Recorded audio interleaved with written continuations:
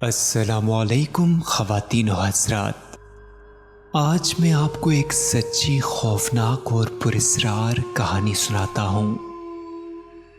میرا بچپن کراچی کے علاقے قائد آباد میں گزرا ہے۔ ہمارا گھر ریڈیو پاکستان کالونی کے سامنے والی آبادی میں نیشنل ہائی وے کے عین کنارے معروف دوا ساز کمپنی ایبٹ سے متصل تھا۔ 70 کی دہائی میں یہاں کی آبادی مختصر ہوا کرتی تھی۔ ابا کی ٹیلرنگ شاپ گھر کے قریب ہی ریڈیو کالونی مین گیٹ کے سامنے ہوتی تھی۔ ہم روزانہ اسی مین گیٹ سے ریڈیو کالونی کے اندر اپنے پرائمری اسکول جاتے تھے۔ میلوں طویل چار دیواری کے اندر اس وسیع و عریض احاطے میں اندر جا بجا ریڈیو نشریات کے اونچے اونچے آہنی ٹرانسمیشن ٹاورز ابھرے ہوئے تھے جو میلوں دور سے نظر آتے تھے، بلکہ آج بھی اسی طرح نظر آتے ہیں۔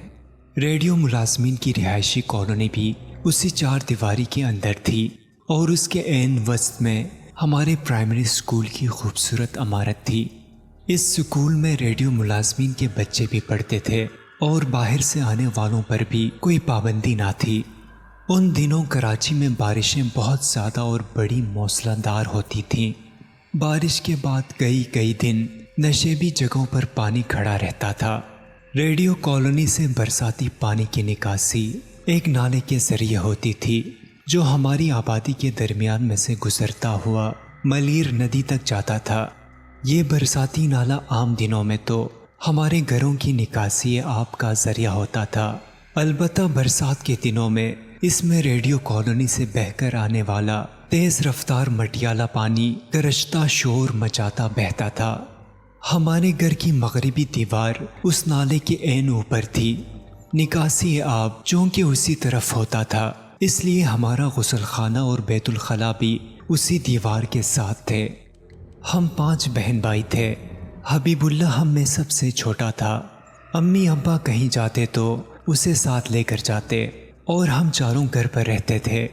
ایک مرتبہ یہی ہوا کہ امی اور ابا حبیب اللہ کو ساتھ لے کر ہمارے ماموں کے گھر گئے۔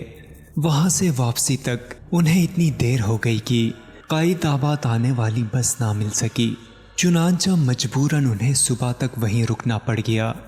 ہم چاروں یہاں گھر پر اماں ابا کا انتظار کرتے کرتے بالآخر تھک کر سونے لگے۔ اس زمانے میں نہ موبائل فون ہوتا تھا اور نہ ہی ہمارے جیسے گھروں میں عام فون کا کوئی تصور تھا، اس لیے اس بات کا تو کوئی امکان ہی نہیں تھا کہ ہمیں کوئی اطلاع ملتی۔ خیر سوتے جاگتے رات گزرنے لگی۔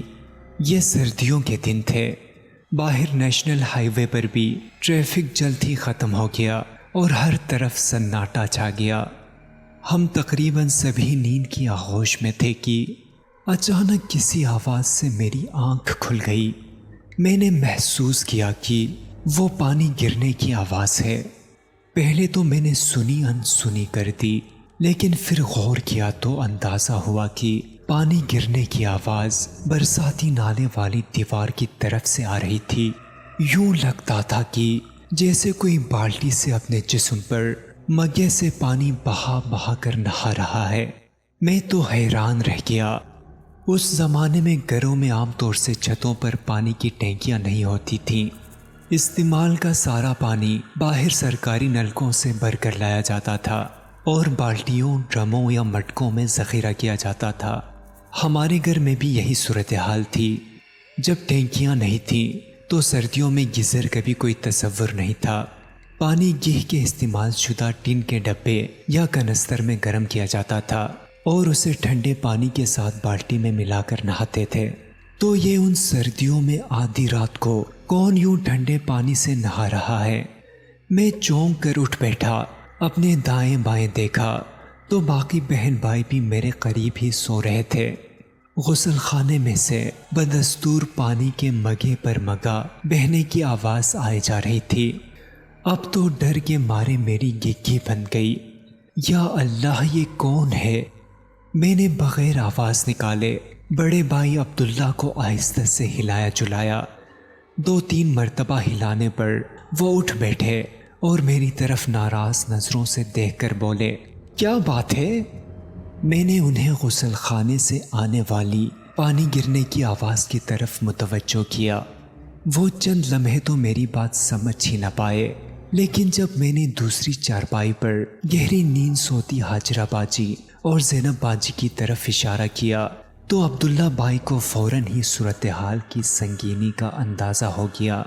جب ہم چاروں بہن بھائی یہیں موجود ہیں تو پھر غسل خانے میں یہ کون ہے جو لگاتار پانی بہائے جا رہا ہے؟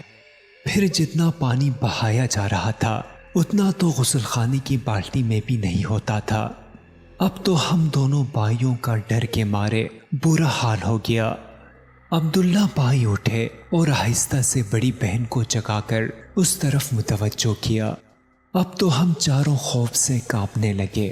پھر ہم دونوں بھائی بھی ان کے قریب جا کر سہمے سہمے سے بیٹھ گئے۔ نیند ہماری آنکھوں سے اڑ چکی تھی۔ خدا جانے کب تک غسل خانے سے طرح طرح کی آوازیں آتی رہیں اور پھر یکا یک خاموشی چھا گئی، لیکن ہم چاروں بچے اسی طرح خوفزدہ ایک دوسرے سے لگ کر بیٹھے رہے، حتیٰ کہ مساجد سے فجر کی آذانیں بلند ہونا شروع ہو گئیں۔ کچھ دیر میں سورج طلوع ہوا اور اجالا پھیلنے لگا۔ روشنی پھیلنے سے ہمارا خوف کچھ کم ہوا تو ہم چاروں اٹھے اور جا کر آہستہ سے غسل خانے کا دروازہ کھول کر دیکھا، لیکن یہ کیا! یہاں تو پانی بہنے کے کوئی آثار ہی نہیں تھے۔ بالٹی اسی طرح لبالب بھری ہوئی تھی جیسے رات کو چھوڑی گئی تھی، اور غسل خانے کا فرش ایسے خشک ہو رہا تھا جیسے یہاں کئی دنوں سے کوئی چھینٹا بھی نہ گرا ہو۔ ہم ششدر ہو کر ایک دوسرے کو دیکھنے لگے۔ اگر یہاں رات بھر کوئی نہیں آیا تھا تو پھر وہ پانی بہانے کی آوازیں کیسی تھیں؟ دوستوں، ہم امید کرتے ہیں کہ ہماری آج کی ویڈیو آپ کو پسند آئی ہوگی۔ ہمارے چینل کو سبسکرائب کریں، اس ویڈیو کو زیادہ سے زیادہ شیئر کریں اور آنے والی ویڈیو تک کے لیے اپنے میزبان سجیل شریف کو اجازت دیجیے۔ اللہ نگہبان۔